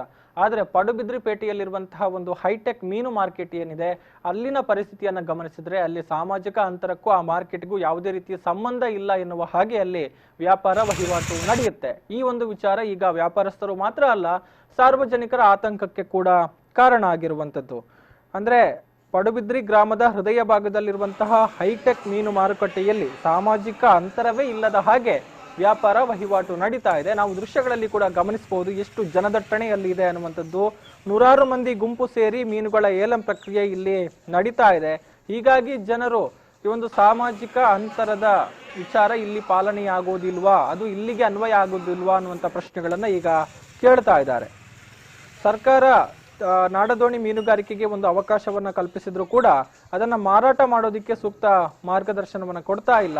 ಈ ಹಿನ್ನೆಲೆಯಲ್ಲಿ ಇಂತಹ ಸಮಸ್ಯೆಗಳು ಉದ್ಭವ ಆಗಿದೆ ಅನ್ನುವಂತಹ ಮಾತುಗಳು ಈಗ ಕೇಳಿ ಬರ್ತಾ ಇದೆ. ಇನ್ನು ಈ ಒಂದು ಮಾರ್ಕೆಟ್ನ ಪಕ್ಕದಲ್ಲೇ ಪೊಲೀಸ್ ಠಾಣೆ ಇದೆ. ಆದ್ರೆ ಅಲ್ಲಿನ ಪೊಲೀಸ್ ಸಿಬ್ಬಂದಿಗಳು ಈ ಒಂದು ದುರಂತವನ್ನ ಕಣ್ಣಾರೆ ಕಾಣ್ತಾ ಇದ್ರು ಕೂಡ ಯಾವುದೇ ರೀತಿ ಕ್ರಮ ಕೈಗೊಳ್ಳೋದಿಕ್ಕೆ ಆಗ್ತಾ ಇಲ್ಲ ಎನ್ನುವಂತಹ ಅಸಹಾಯಕತೆಯನ್ನು ಕೂಡ ವ್ಯಕ್ತಪಡಿಸ್ತಾ ಇದ್ದಾರೆ. ಇನ್ನು ಈ ಬಗ್ಗೆ ಪ್ರತಿಕ್ರಿಯೆ ಕೊಟ್ಟಿರುವಂತಹ ಪಡುಬಿದ್ರಿ ಗ್ರಾಮ ಪಂಚಾಯತ್ ಉಪಾಧ್ಯಕ್ಷ ವೈ ಸುಕುಮಾರ್ ಅವರು ಹೈಟೆಕ್ ಮೀನು ಮಾರುಕಟ್ಟೆಗೆ ಗ್ರಾಮ ಪಂಚಾಯತ್ ವತಿಯಿಂದ 1 ವರ್ಷದ ಅವಧಿಗೆ ಏಲಂ ಪ್ರಕ್ರಿಯೆ ನಡೆದಿದೆ. ಆದ್ರೆ ಎಲ್ಲಾ ವ್ಯವಸ್ಥೆಗಳು ಪೂರ್ಣಗೊಳ್ಳದೇ ಇರೋದ್ರಿಂದ ಇಲ್ಲಿ ನಿರ್ವಾಹಕರು ಇಲ್ಲದೆ ಬೇಕಾಬಿಟ್ಟಿಯಾಗಿ ಏಲಂ ಪ್ರಕ್ರಿಯೆ ನಡೀತಾ ಇದೆ. ಈ ಬಗ್ಗೆ ಸೋಮವಾರ ಗ್ರಾಮ ಪಂಚಾಯತ್ನಲ್ಲಿ ಪೊಲೀಸ್ ಇಲಾಖೆಯನ್ನ ಸೇರಿಸಿ ಸಾಮಾಜಿಕ ಅಂತರವನ್ನ ಪಾಲಿಸಿ ಗ್ರಾಮ ಪಂಚಾಯತ್ ಸದಸ್ಯರ ಸಭೆಯನ್ನ ನಡೆಸಿ ಪೂರಕ ನಿರ್ಧಾರವನ್ನ ಕೈಗೊಳ್ಳಲಾಗುತ್ತೆ. ಅದಕ್ಕೂ ಕೂಡ ಜನರು ಸ್ಪಂದನೆ ಮಾಡದೇ ಇದ್ದಲ್ಲಿ ಸೂಕ್ತ ಕಠಿಣ ನಿರ್ಧಾರವನ್ನ ಕೈಗೊಳ್ಳಬೇಕಾಗುತ್ತೆ ಎನ್ನುವಂತ ಒಂದು ಮಾತುಗಳನ್ನು ಕೂಡ ಹೇಳಿದ್ದಾರೆ. ಹೆಚ್ಚಿನ ಮಾಹಿತಿ ಕೊಡ್ತಾರೆ ಪ್ರತಿನಿಧಿ ಸುರೇಶ್ ಶರ್ಮಾಳ್. ಹಲೋ ಸುರೇಶ್. ನಮಸ್ತೆ ಗೌತಮ್. ಎಸ್, ಏನಿದು ಅಂದ್ರೆ ಪಡುಬಿದ್ರಿ ಭಾಗದಲ್ಲಿ ನಾವು ನೋಡ್ತಾ ಇದ್ದೇವೆ, ಸಾಮಾಜಿಕ ಅಂತರಕ್ಕೂ ಎಲ್ಲಿಗೂ ಸಂಬಂಧವೇ ಇಲ್ಲ ಅನ್ನುವಂತಹ ಅನೇಕ ವಿದ್ಯಮಾನಗಳು ನಡೀತಾ ಇದೆ. ಇದೀಗ ಹೈಟೆಕ್ ಮೀನು ಮಾರುಕಟ್ಟೆಯ ಪರಿಸ್ಥಿತಿ ಏನಾಗ್ತಾ ಇದೆ ಅನ್ನುವಂಥದ್ದು ಈಗ? ಯಾಕಂದ್ರೆ ಸ್ಥಳೀಯರು ಬಹಳಷ್ಟು ಆತಂಕ ವ್ಯಕ್ತಪಡಿಸ್ತಾ ಇದ್ದಾರೆ. ಹಾಗೆ ಸ್ಥಳೀಯವಾಗಿ ಅಲ್ಲಿ ಮೀನು ಪಡೆಕೊಳ್ಳುವಂತ ಬರುವಂತ ಮಹಿಳೆಯರು ಕೂಡ ಅಲ್ಲಿ ಬಹಳ ಆತಂಕದ ಸ್ಥಿತಿಯನ್ನು ಎದುರಿಸ್ತಾ ಇದ್ದಾರೆ. ಯಾಕಂದ್ರೆ ಅಲ್ಲಿ ಎಲ್ಲಿಂದ ಬರ್ತಾರೆ, ಯಾರು ಬರ್ತಾರೆ ಎಂಬುದಾಗಿ ಅಲ್ಲಿ ಅರ್ಥ ಆಗ್ತಾ ಇಲ್ಲ. ಅಂತೂ ಹೈಟೆಕ್ ಮೀನು ಮಾರುಕಟ್ಟೆಯನ್ನು ಸಂಪೂರ್ಣವಾಗಿ ತುಂಬಿ ಹೋಗಿದೆ. ಒಂದು ಸಾಮಾಜಿಕ ಅಂತರ ಕೂಡ ಇಲ್ಲ. ಅಲ್ಲಿ ಗ್ರಾಮ ಪಂಚಾಯತ್ ಸದಸ್ಯರಾಗ್ಲಿ ಅಧ್ಯಕ್ಷರಾಗಿ ಹೇಳಿದ್ರು ಕೂಡ ಅಲ್ಲಿ ಕೇಳುವಂತ ಸ್ಥಿತಿ ಇಲ್ಲ. ಆಗಿರುವಾಗ ಅಲ್ಲಿ ಸ್ಥಳೀಯವಾಗಿ ಒಂದು 200 ಮೀಟರ್ ದೂರದಲ್ಲಿ ಪೊಲೀಸ್ ಸ್ಟೇಷನ್ ಕೂಡ ಇದೆ. ಯಾಕಂದ್ರೆ ಅವರು ಕೂಡ ಯಾವುದೇ ರೀತಿಯಲ್ಲಿ ಅಲ್ಲಿ ಬಂದು ಅವರ ಒಂದು ಅಂತರವನ್ನ ಕಾಯ್ದುಕೊಳ್ಬೇಕು, ಅದು ಯಾವುದನ್ನು ಹೇಳುವ ಸ್ಥಿತಿ. ಯಾಕಂದ್ರೆ ಸರ್ಕಾರವೇ ಒಂದು ಯಾಕಂದ್ರೆ ಮೀನುಗಾರಿಕೆಗೆ ಅವಕಾಶ ಕೊಟ್ಟಿದೆ. ಆದ್ರೆ ಇಂಥ ಸ್ಥಿತಿಯಲ್ಲಿ ಮಾರುವುದಕ್ಕೆ, ಯಾಕಂದ್ರೆ ಮೀನು ಮಾರಾಟ ಮಾಡುವುದಕ್ಕೆ ಯಾವ ರೀತಿಯಲ್ಲಿ ಮಾರಾಟ ಮಾಡಬೇಕೆಂಬುದನ್ನ ಒಂದು ಸೂಚನೆ ನೀಡದ ಕಾರಣವಾಗಿ ಈ ಒಂದು ಸ್ಥಿತಿ ನಿರ್ಮಾಣ ಆಗ್ತಾ ಇದೆ. ಹಾಗೆ ಪೊಲೀಸರು ಕೂಡ ಈ ದಿಶೆಯಲ್ಲಿ ಅಸಹಾಯಕರು. ಮೀನು ಮಾರಾಟಕ್ಕೆ ಅವಕಾಶ ಕೊಟ್ಟಿದ್ದು, ಮೀನು ಹಿಡಿಯೋದಕ್ಕೆ ಅವಕಾಶ ಕೊಟ್ಟಿದ್ದು, ಅವರು ಹಿಡಿದ ಮೀನನ್ನು ಏನು ಮಾಡಬೇಕು ಎಂಬುದನ್ನು ಕೂಡ ಇಲ್ಲಿ ಪ್ರಶ್ನೆ ಉದ್ಭವಿಸುವಂಥದ್ದು ಇಲ್ಲಿ ಅನಿವಾರ್ಯ. ಅದರಿಂದಾಗಿ ಇಲ್ಲಿ ಸ್ಥಳೀಯ ಪೊಲೀಸರು ಕೂಡ ಏನು ಮಾಡ್ತಾ ಇಲ್ಲ, ಪಂಚಾಯತಿ ಕೂಡ ಅಸಹಾಯಕತೆ ವ್ಯಕ್ತಪಡಿಸ್ತಾ ಇದೆ. ಒಟ್ಟಾರೆಯಾಗಿ ನಾಳೆ ನಡುವಂತ ಸಭೆ ಏನಿದೆ ಪಂಚಾಯತಿಯಲ್ಲಿ ಒಂದು ತುರ್ತು ಸಾಮಾಜಿಕ ಅಂತರವನ್ನು ಕಾಯ್ದುಕೊಂಡು ಒಂದು ಸಭೆ ಮಾಡ್ತೇನೆ ಅಂತ ಹೇಳ್ತಾ ಇದ್ದಾರೆ. ಅದನ್ನು ಪೊಲೀಸ್ ಇಲಾಖೆಯನ್ನು ಸೇರಿಸಿಕೊಂಡು ಮಾಡ್ತೇನೆ ಅಂತ ಹೇಳ್ತಾ ಇದ್ದಾರೆ. ಒಂದು ವೇಳೆ ಅಲ್ಲಿ ಆದ ನಿರ್ಧಾರಕ್ಕೆ ಯಾಕಂದ್ರೆ ಈ ಮೀನುಗಾರರಾಗಿರ್ಬೋದು, ಈಗ ಮೀನು ಪಡೆದುಕೊಂಡು ಬರುವಂತ ಗ್ರಾಹಕರಾಗಿರ್ಬೋದು ಏನು ಸ್ಪಂದನೆ ತೋರಿಸದಿದ್ದಲ್ಲಿ ಅನಿವಾರ್ಯವಾಗಿ ನಾವು ಕಠಿಣ ಕ್ರಮ ಕೈಗೊಳ್ತೇವೆ. ಯಾಕೆಂದ್ರೆ ಮುಚ್ಚುವಂತ ಸ್ಥಿತಿ ಕೂಡ ಬರ್ಬೋದು ಆ ಏನು ಹೈಟೆಕ್ ಮೀನುಗಾಟೆ ಎಂಬುದಾಗಿ ಈಗಿನ ಪಂಚಾಯತ್ ಉಪಾಧ್ಯಕ್ಷರು ತಿಳಿಸ್ತಾರೆ. ಯಾಕೆ ನಾಳೆಯ ದಿನ ಈ ಒಂದು ಏನು ವಿದ್ಯಮಾನ ನಡೀತದೆ ಎಂಬುದನ್ನು ಕಾದು ನೋಡುವಂತ ಸ್ಥಿತಿ ಇದೆ ಗೌತಮ್. ಎಸ್ ಸುರೇಶ್, ಅಂದ್ರೆ ಇಲ್ಲಿ ಮತ್ತೊಂದು ಪ್ರಶ್ನೆ ಇರುವಂತದ್ದು, ಅಂದ್ರೆ ಅನೇಕ ಕಡೆಗಳಲ್ಲಿ ನಾವು ಗಮನಿಸಿದ್ದೇವೆ, ಕುಂದಾಪುರ ಇರ್ಬೋದು, ಮಂಗಳೂರು ಇರ್ಬೋದು, ಅನೇಕ ಕಡೆಗಳಲ್ಲಿ ಈ ರೀತಿ ಎಲ್ಲಿ ಇಕ್ಕಟ್ಟಾಗುವಂತಹ ಸನ್ನಿವೇಶಗಳಿರುತ್ತದೆ, ಅದನ್ನ ತಡೆಯುವಂತ ನಿಟ್ಟಿನಲ್ಲಿ ಎಲ್ಲಿ ಬಯಲು ಪ್ರದೇಶ ಅಥವಾ ಮೈದಾನದಂತಹ ಪ್ರದೇಶಗಳಿದ್ದರೆ ಅಲ್ಲಿಗೆ ಮಾರುಕಟ್ಟೆಯನ್ನ ಶಿಫ್ಟ್ ಮಾಡಿರುವಂತಹ ವಿಚಾರಗಳನ್ನ ನಾವು ಗಮನಿಸಿದ್ದೇವೆ. ಪಡುಬಿದ್ರಿಗೆ ಸಂಬಂಧಪಟ್ಟ ಹಾಗೆ ಆ ರೀತಿ ಅವಕಾಶಗಳು ಎಲ್ಲೂ ಕೂಡ ಇಲ್ವಾ ಅನ್ನುವಂಥದ್ದು ಈಗ? ಹಾಗಿದ್ರೆ ಖಂಡಿತವಾಗಿ ಇದೆ. ಇಲ್ಲಿ ಏನಂದ್ರೆ ಇಲ್ಲಿ ಮಾಡುವುದಿದ್ರೆ ಹೇಗಿದೆ, ಕಟಪಾಡಿಯಲ್ಲಿ ಮಾಡಿದ್ದಾರೆ, ಅದೇ ರೀತಿಯಲ್ಲಿ ಇಲ್ಲಿ ಕೂಡ ಮಾಡುವುದಕ್ಕೆ ಶಾಲಾ ಮೈದಾನ ಕೂಡ ಇದೆ. ಶಾಲಾ ಮೈದಾನ ಹೊರತುಪಡಿಸಿ ಗ್ರಾಮ ಪಂಚಾಯತ್ ಮುಂಭಾಗದಲ್ಲಿ ಅದಕ್ಕೆ ಸ್ಥಳಾವಕಾಶ ಇದೆ. ಆದ್ರೆ ಇಲ್ಲಿ ಶಕ್ತಿಯ ಕೊರತೆ ಅಂತ ಹೇಳ್ಬೋದು. ಇಲ್ಲಿ ಕೂಡ ಯಾವುದೇ ರೀತಿಯಲ್ಲಿ ಅವರಿಗೆ ಯಾಕಂದ್ರೆ ಮಾರ್ಗದರ್ಶನ ನೀಡುವವರೇ ಇಲ್ಲ. ಪಂಚಾಯಿತಿ ಕೂಡ ಅದರ ಬಗ್ಗೆ ಅಷ್ಟೊಂದು ಗಮನ ಹರಿಸಕ್ಕೆ ಕಾಣ್ತಿಲ್ಲ. ನಾಳಿನ ಸಭೆಯಲ್ಲಿ ಏನು ಆಗ್ತದೆ, ಹೇಗೆ ಅವರ ನಿರ್ಣಯವನ್ನು ಕೈಗೊಳ್ತಿದ್ದಾರೆ ಅನ್ನೋ ಮಟ್ಟಿಗೆ ಈ ಒಂದು ಬದಲಾವಣೆ ಆಗ್ಬೋದೆಂಬ ಒಂದು ಸಂದರ್ಭ ಸೃಷ್ಟಿ ಆಗ್ಬೇಕಾಗಿದೆ. ಯಾಕೆಂದ್ರೆ ಇದನ್ನು ಏನು ಅವರು ಮುಂದಿನ ದಿನದಲ್ಲಿ ಇದನ್ನು ಮೀನು ಮಾರುಕಟ್ಟೆಯನ್ನ ಅಲ್ಲಿ ಗ್ರಾಮ ಪಂಚಾಯತ್ ಮುಂಭಾಗದ ಮೈದಾನಕ್ಕೆ ಇವರು ಸ್ಥಳಾಂತರಿಸಿದ್ರೆ ಉತ್ತಮ ಎಂಬ ಒಂದು ಮಾಹಿತಿ ಕೂಡ ಯಾಕಂದ್ರೆ ಜನರಿಂದ ಕೂಡ ಕೇಳಿ ಬರ್ತಾ ಇದೆ Gautham. Yes, thank you Suresh ತಮ್ಮೆಲ್ಲ ಮಾಹಿತಿಗಾಗಿ.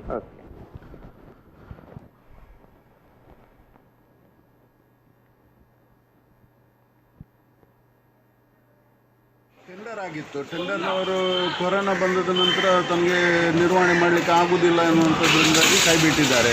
ಇವಾಗ ಯಾರು ಕೂಡ ಅದರದ್ದು ಜವಾಬ್ದಾರಿ ತೆಗೆದುಕೊಂಡು ಮುಂದುವರಿಸ್ಕೊಂಡು ಹೋಗ್ತಾ ಇಲ್ಲ. ಅದಕ್ಕೆ ನಾವು ನಿನ್ನೆ ತುರ್ತಾಗಿ ಮೀಟಿಂಗನ್ನು ಕರೆದು ಯಾರಿಗೆ ಟೆಂಡರ್ ಆಗಿದೆ ಅವರನ್ನು ಕರೆದು ನೀವು ಮುಂದುವರಿಸದಿದ್ದರೆ ಬೇರೆಯವರಿಗೆ ಮಾತಾಡಿಕೊಂಡು ಅದಕ್ಕೆ ಸರಿಯಾದ ಪ್ರಕ್ರಿಯೆಯನ್ನು ಮಾಡಬೇಕಾಗ್ತದೆ. ಇವತ್ತಿನ ಪರಿಸ್ಥಿತಿ ನೋಡುವಾಗ ಇದು ಅಷ್ಟು ಸರಿಯಾದ ರೀತಿಯಲ್ಲಿ ನಡೀತಾ ಇಲ್ಲ. ಸೊ ನಮ್ಗೆ ಕೂಡ ಬೇಸರ ಆಗ್ತದೆ. ಜನರು ಹೇಳಿದಾಗ ಕೇಳ್ತಾ ಇಲ್ಲ. ಸೋಮವಾರದೊಂದು ಹೊಸ ಗುತ್ತಿಗೆದಾರರಿಗೆ ಕೊಟ್ಟು ಅವರ ಮುಖೇನ ಈ ವ್ಯವಸ್ಥೆಗಳನ್ನು ಸರಿಯಾಗಿ ಮಾಡಬೇಕಾಗಿದೆ. ಸ್ಥಳೀಯವಾಗಿ ಪೊಲೀಸ್ನವರು ಕೂಡ ಹತ್ತಿರದಲ್ಲೇ ಇದ್ದಾರೆ, ಅವರನ್ನು ಕೂಡ ಕರೆಸಿಕೊಂಡು ಅಂತರದಲ್ಲಿ ನಿಂತು ಏಲಮಾಗುವಂಥ ಪ್ರಕ್ರಿಯೆ ಆಗಬೇಕಾಗಿದೆ. ಜನರು ಸಹಕಾರ ಮಾಡದಿದ್ದರೆ ಖಂಡಿತ ನಾವು ಮುಂದಿನ ಕ್ರಮವನ್ನು ತೆಗೆದುಕೊಳ್ತೇವೆ.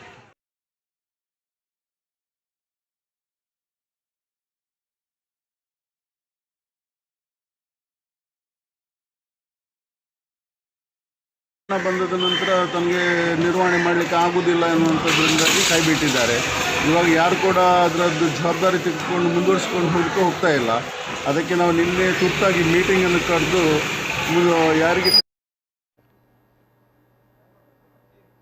ಇನ್ನು ಸಂಸದ ನಳಿನ್ ಕುಮಾರ್ ಕಟೀಲು ಮತ್ತು ಪುತ್ತೂರು ಶಾಸಕ ಸಂಜೀವ ಮಠಂದೂರು ಅವರ ವಾರ್ ರೂಮ್ ಮೂಲಕ ಸಂಗ್ರಹಿಸಲಾದಂತಹ ಅಗತ್ಯ ವಸ್ತುಗಳನ್ನು ವಿತರಿಸುವಂತಹ ಕಾರ್ಯಕ್ರಮ ನಡೆಯಿತು. ಗ್ರಾಮಾಂತರ ಪ್ರದೇಶಗಳಿಗೆ ಇವುಗಳನ್ನು ವಿತರಣೆ ಮಾಡಲಾಯಿತು. ಸಂದರ್ಭದಲ್ಲಿ ಬಿಜೆಪಿ ರಾಜ್ಯಾಧ್ಯಕ್ಷ ಸಂಸದ ನಳಿನ್ ಕುಮಾರ್ ಕಟೀಲು ಮತ್ತು ಪುತ್ತೂರು ಶಾಸಕರು ಸಹಿತ ಅನೇಕ ಗಣ್ಯರು ಈ ಒಂದು ಕಿಟ್ಗಳನ್ನು ವಿತರಣೆ ಮಾಡಿದ್ರು. ಇನ್ನು ಇದೇ ಸಂದರ್ಭದಲ್ಲಿ ಮಾತನಾಡಿದಂತಹ ಸಂಸದರು, ಜಗತ್ತೇ ಇವತ್ತು ಕೊರೋನಾ ವೈರಸ್ ದಾಳಿಯಿಂದ ಸಂದಿಗ್ಧ ಪರಿಸ್ಥಿತಿಯನ್ನು ಎದುರಿಸ್ತಾ ಇದೆ. ಅಮೆರಿಕ, ಇಟಲಿ, ಪಾಕಿಸ್ತಾನದಂತಹ ದೇಶಗಳೇ ಕೊರೋನಾದಿಂದಾಗಿ ತತ್ತರಿಸಿ ಹೋಗಿದೆ. ಆದರೆ ದೇಶದಲ್ಲಿ ಪ್ರಧಾನಿ ಮೋದಿಯವರು ಜಾರಿಗೊಳಿಸಿದಂತಹ ಲಾಕ್ಡೌನ್ ಮತ್ತು ಅದಕ್ಕೆ ಜನರು ಕೊಟ್ಟಂತಹ ಸಹಕಾರದಿಂದಾಗಿ ಈಗ ಸಂಪೂರ್ಣವಾಗಿ ದೇಶದಲ್ಲಿ ಕೋವಿಡ್-19 ನಿಯಂತ್ರಣದಲ್ಲಿದೆ.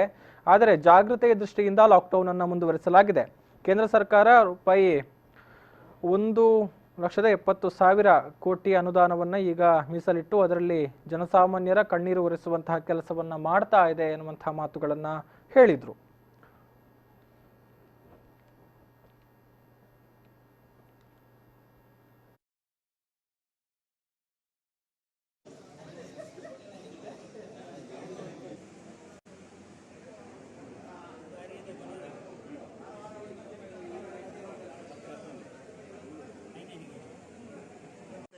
ಮಾಡ್ತೇವೆ. ನೀವೆಲ್ಲ ದಯವಿಟ್ಟು ಧನ್ಯವಾದ ಅಂತರವನ್ನ ಕಾಯ್ದು ಹೊರಗಡೆ ನಿಲ್ಬೇಕಾಗಿ ಎಲ್ಲರ ಹತ್ರ ವಿನಂತಿ ಮಾಡ್ತಾ ಇದ್ದೀನಿ.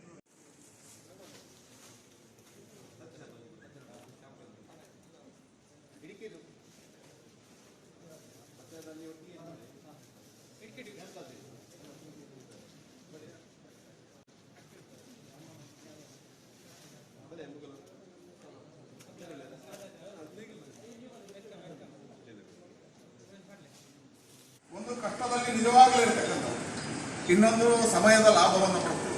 ಇವತ್ತು ಶಾಸಕರು ನಿಶ್ಚಯ ಮಾಡಿದ್ದಾರೆ, ಯಾರು ನಿಜವಾಗ್ಲೂ ಕಷ್ಟದಲ್ಲಿದ್ದಾರೆ ಅವರಿಗೆ ಕೊಡಬೇಕು ಅಂತ ತನ್ನ ಕ್ಷೇತ್ರದ ಪ್ರತಿಯೊಬ್ಬನಿಗೂ ಕೊಡುವಂತ ಕೆಲಸವನ್ನು ಇವತ್ತು ಕಿಟ್ಟಿನ ಮುಖಾಂತರ ಮಾಡ್ತಾ ಇದ್ದಾರೆ. ಅವನಿಗೆ 15-20 ದಿವಸಕ್ಕೆ ಬೇಕಾಗಿರ್ತಕ್ಕಂಥ ಎಲ್ಲ ಸಾಮಗ್ರಿಗಳನ್ನ ಅಕ್ಕಿಯಿಂದ ಹಿಡಿದು ಅವನ ಮನೆಗೆ ಬೇಕಾಗಿರ್ತಕ್ಕಂಥ ಎಲ್ಲ ಅಂಗಡಿಗಳಿಲ್ಲ, ಮುಗ್ಗಟ್ಟುಗಳಿಲ್ಲ. ಹಾಗಾಗಿ ಆ ಸಮಸ್ಯೆ ಅವನಿಗೆ ಆಗಬಾರ್ದು. ಗ್ರಾಮದಲ್ಲಿದ್ದಾನೆ, ಆ ಗ್ರಾಮದ ಮನೆಗೆ ತಲುಪಿಸುವಂತ ಕೆಲಸವನ್ನು ಮಾಡ್ತಾ ಇದ್ದಾರೆ. ಹಾಗಾಗಿ ಇದೊಂದು ಬಹಳ ಒಳ್ಳೆಯ ಕೆಲಸ, ನಿಜವಾಗಿರ್ತಕ್ಕಂಥ ಪೂಜೆಯನ್ನು ಮಾಡಿದ್ದಾರೆ. ನಮ್ಮ ಎಲ್ಲ ವಿಧಾನಸಭಾ ಕ್ಷೇತ್ರಗಳಲ್ಲಿ ಈ ಕಾರ್ಯಗಳು ಯಶಸ್ವಿ ಆಗ್ತಾ ಇದೆ. ಪುತ್ತೂರಲ್ಲಿ ಇವತ್ತು ಪ್ರತಿಯೊಬ್ಬರಿಗೂ 3ನೇ ಹಂತದಲ್ಲಿ ಕೊಡುವಂಥ ಕೆಲಸವನ್ನು ನಮ್ಮ ಶಾಸಕರಾಗಿರ್ತಕ್ಕಂಥ ಸಂಜೀವ ಮಠಂದೂರು ಮಾಡಿದ್ದಾರೆ. ಅವರಿಗೆ ಮತ್ತು ಸಹಕಾರ ಕೊಟ್ಟಿರ್ತಕ್ಕಂಥ ಎಲ್ಲ ಸಂಸ್ಥೆಗಳಿಗೆ, APMC ಮತ್ತು ಕ್ಯಾಂಪ್ಕೋ ಸಹಕಾರ ಇರತಕ್ಕಂಥ ಅವರಿಗೆ ಮತ್ತು ಬೇರೆ ಬೇರೆ ಸಂಘ ಸಂಸ್ಥೆಗಳು ಈಗಾಗಲೇ ಪುತ್ತೂರಲ್ಲಿ ಕೊಟ್ಟಿದ್ದಾವೆ. ಅಂತಹ ಎಲ್ಲ ಸಂಸ್ಥೆಗಳಿಗೆ, ಎಲ್ಲ ದಾನಿಗಳಿಗೆ ಮತ್ತು ಇವತ್ತು ಕಷ್ಟದಲ್ಲಿರುವವರ ಜೊತೆ ಕೈ ಜೋಡಿಸಿರ್ತಕ್ಕಂಥ ಎಲ್ಲ ಹೃದಯ ಶ್ರೀಮಂತಿಕೆ ಇರತಕ್ಕಂಥ ಎಲ್ಲ ಬಂಧುಗಳಿಗೆ, ಅದಕ್ಕೆ ಸರ್ಕಾರದ ಕೈ ಜೋಡಿಸಿ ಸರ್ಕಾರದ ಕರೆಗೆ ಹೋಗೊಟ್ಟಿರ್ತಕ್ಕಂಥ ಎಲ್ಲ ಈ ರಾಜ್ಯದ, ಈ ಜಿಲ್ಲೆಯ ಎಲ್ಲ ಬಂಧುಗಳಿಗೆ ನಾನು ಅಭಿನಂದನೆ.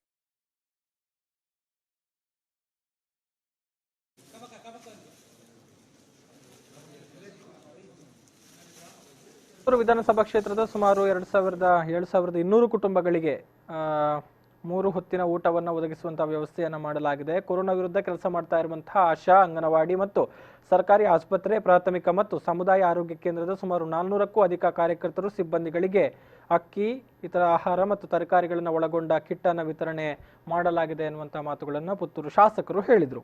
ಈ ಸಂದರ್ಭದಲ್ಲಿ ಜಿಲ್ಲಾ ಪಂಚಾಯತ್ ಅಧ್ಯಕ್ಷೆ ಮೀನಾಕ್ಷಿ ಶಾಂತಿಗೂಡು, ಜಿಲ್ಲಾ ಬಿಜೆಪಿ ಉಪಾಧ್ಯಕ್ಷ ಬುಡಿಯರ್ ರಾಧಾಕೃಷ್ಣ ರೈ, ತಾಲೂಕು ಪಂಚಾಯತ್ ಅಧ್ಯಕ್ಷ ರಾಧಾಕೃಷ್ಣ ಬೋರ್ಕರ್, ಸ್ಥಾಯಿ ಸಮಿತಿ ಅಧ್ಯಕ್ಷ ಸಾಜ ರಾಧಾಕೃಷ್ಣ ಆಳ್ವ, APMC ಅಧ್ಯಕ್ಷ ದಿನೇಶ್ ಮೆದು, ಕ್ಯಾಂಪ್ಕೋ ಅಧ್ಯಕ್ಷ ಸತೀಶ್ ಚಂದ್ರ, ಮಾಜಿ ಶಾಸಕಿ ಮಲ್ಲಿಕಾ ಪ್ರಸಾದ್ ಸೇರಿದಂತೆ ಹಲವು ಪ್ರಮುಖರು ಉಪಸ್ಥಿತರಿದ್ದರು.